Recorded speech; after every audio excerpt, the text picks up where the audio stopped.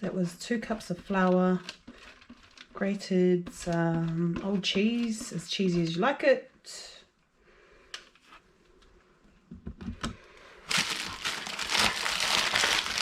And now I'm putting in the old wilted spinach.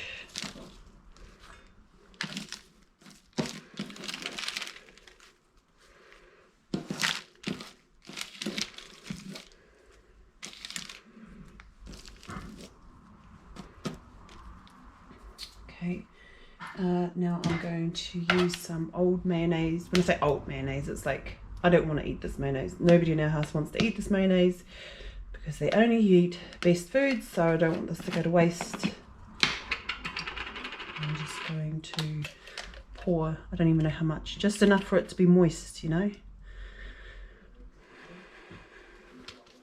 Put the whole thing in if you like. There's plenty of egg in that as well, so that's good for cooking. I'm going to chuck in some chia seeds. So the chia seeds I put in is probably only up to about there, then I add water and it expands. So I like to do that so that they're already soaked up all the moisture before I cook, or before I put them into smoothies, so they don't blow up in your stomach and absorb. That's a tip I got from a friend who said you can constipate yourself when using seeds like this. So these are already pre-wetted. So we're having cheese, spinach, mayonnaise, chia seed, bread for lunch, and for our lunch today, and then my son's lunch throughout the week. I'll probably use the rest for like a smoothie or something. Alrighty, so we need salt, some pepper,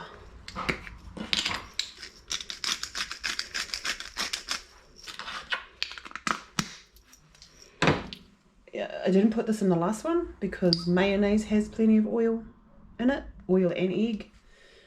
But I'm just doing some because it's here. Can add soy sauce, oyster sauce, any sauces, OXO cubes, old soup sachets, like whatever you want. You can even put this stuff in. Coffee sachets if you want to have like a coffee bread roll for morning teas.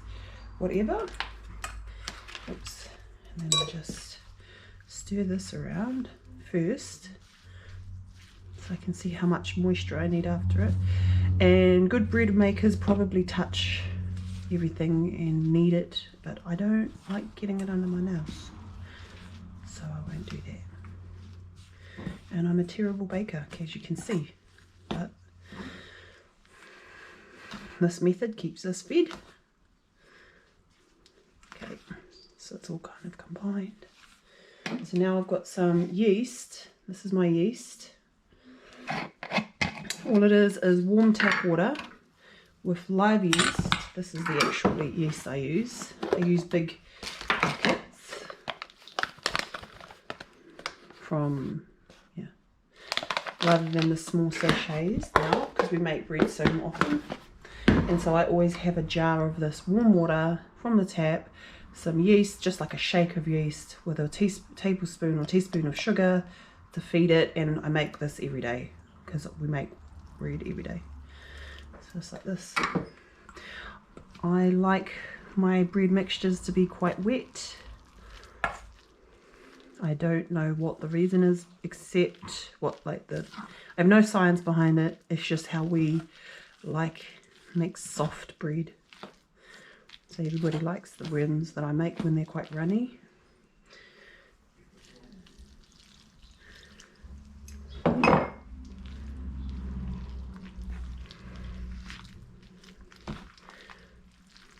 Okay, and if it's too runny, I just add more flour. It's just white flour, baker's flour, but it's not self-raising. I've found with yeast I don't need to use self-raising. Probably need baking powder, but we don't always have it.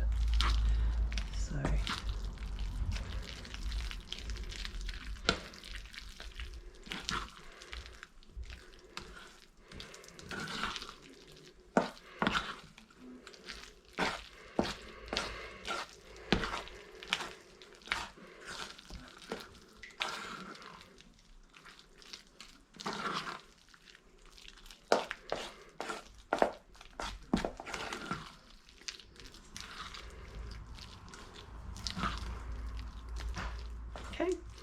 So we'll add just a little bit of flour because it's a little bit wet, but honestly I had just done that before for kids' lunches, left it that wet and just plopped it on like a pancake into the oven, into piles of, you know, and it's just beautiful. The kids love it for lunch, so their lunches don't even have to put any fillings into their sandwiches then. It's got everything they need in it. Just some butter. Okay, and so that is that. And I'm going to pop this on top of the fire. I literally don't, only because we've got a fire on this morning. That's just dying out. That's why I'm doing this. Otherwise I normally just leave it room temperature and just walk away. Come back to it like 2 hours, 3 hours later the next morning. Because we make bread so often, I am pretty relaxed about the methodology. I don't worry too much about rules. Alright, so as you see, I'm going to have to make some more yeast, so I am going to show you how I do that. This is, okay, so this will go onto the fire. I empty jar.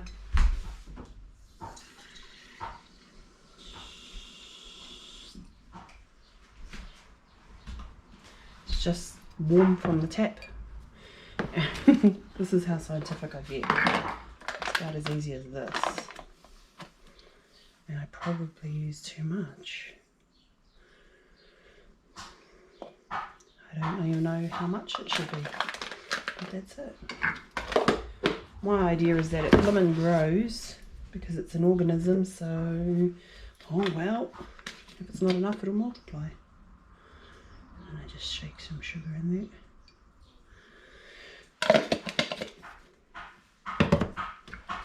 You can put flour in there too if you want to feed it, but this is literally, nothing ever lasts. I use it every day. So it's not really a bug as such. That's it. And I just put it aside. I have found some leftover tomato paste because I buy it in the big, huge cans. So it might be good if I just pour a little bit of this in here so as not to waste it. The rest can go out now. That was a good score.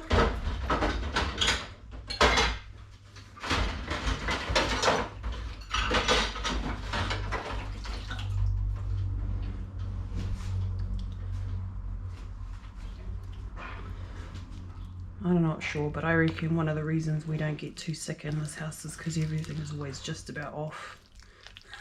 By the time we're eating it, it's really on its last legs. Don't get me wrong, we eat the fresh stuff fresh.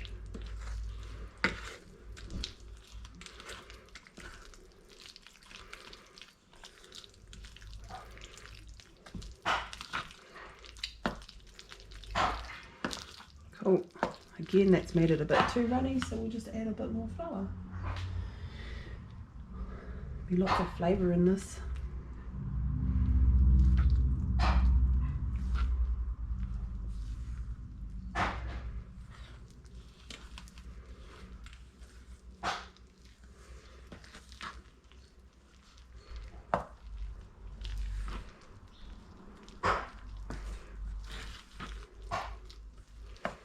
And to be honest, I have stirred it about 100 times more than I normally would. Often I just slap it all together and just make sure all the flour is kind of stirred in, and then once it's risen,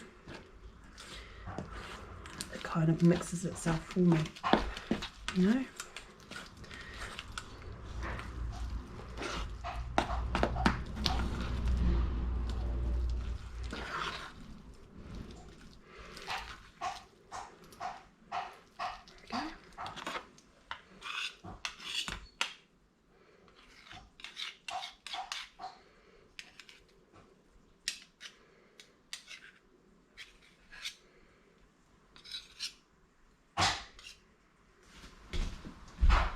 That's it, and then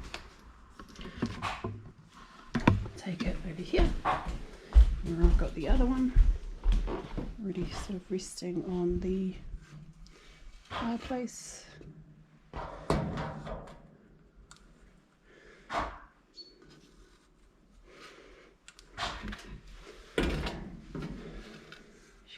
here.